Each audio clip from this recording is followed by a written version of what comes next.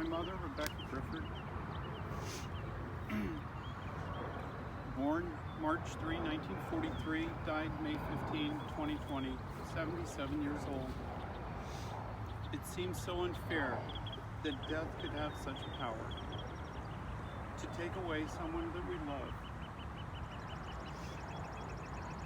The thought of never being able to talk, laugh, or hold my mother in a hug feels like an unbearable thought.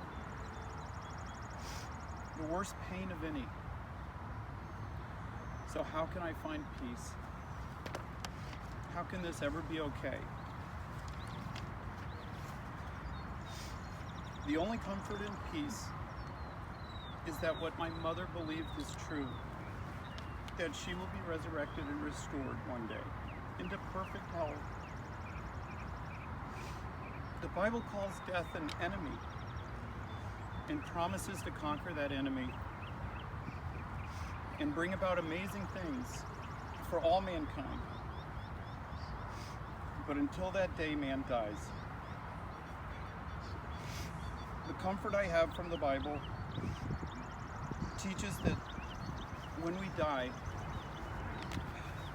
life ends, and as King Solomon says, the dead know nothing, and Jesus said that the dead have fallen asleep.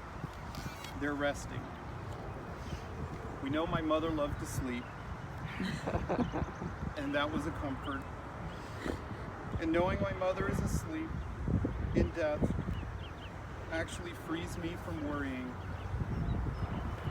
This may seem hopeless or powerless, but God's promised to conquer that enemy, death. And my mother believed this with all her heart. She developed this faith in the Bible and what the Bible teaches from searching and studying the scriptures. And she believed that this course of finding the truth would set her free. She learned this from the scriptures. She was set on this path actually by her great-grandfather, known as Papa to many of us. She received a Bible as a gift from him when she was just a little girl, and he wrote in the front cover page, and he wrote this: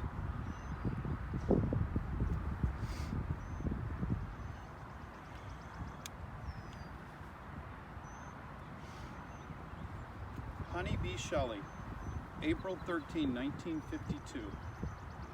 Read this book with faith in God and yourself, and nothing shall be impossible unto you. Your great-grandfather, Samuel Kerr Rosignol. The truth that my mother discovered and taught me can give all of us hope.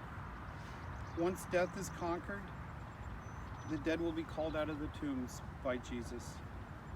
Job asked and answered this when he said to God, "Can he live again?"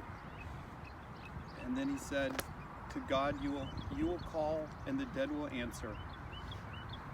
The Apostle John wrote in Revelation that God will wipe out all of our tears, and death will be no more.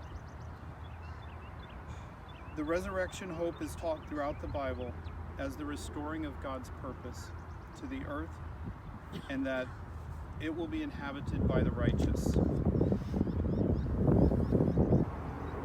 My mother's faith and humble service to God will not be forgotten. She loved Jehovah, her God, and all of her family with all of her heart. I'm brokenhearted to say goodbye for now, but not forever.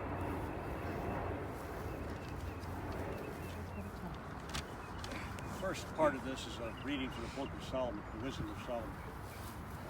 But the souls of the righteous are in the hand of God, and there shall no torment touch them.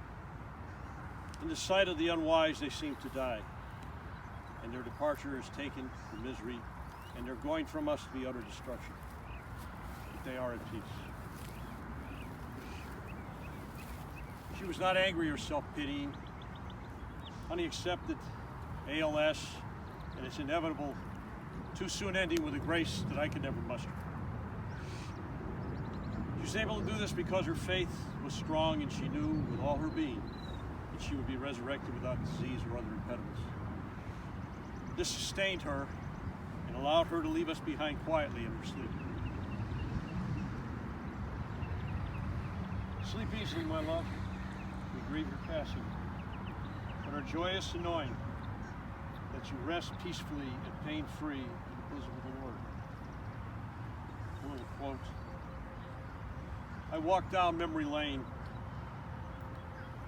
because I know I'll run into you there. Goodbye, my love.